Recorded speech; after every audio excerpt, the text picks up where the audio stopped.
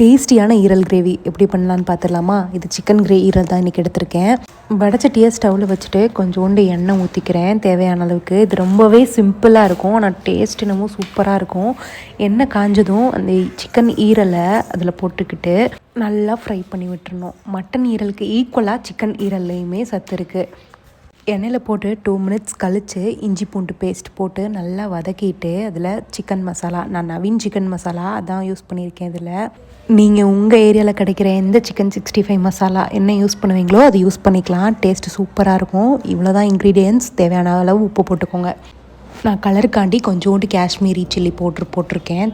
ஈரல் வேகிறதுக்காண்டி கொஞ்சோண்டு தண்ணி ஊற்றிருக்கேன். அவ்வளோதான் இன்க்ரீடியன்ட்ஸு.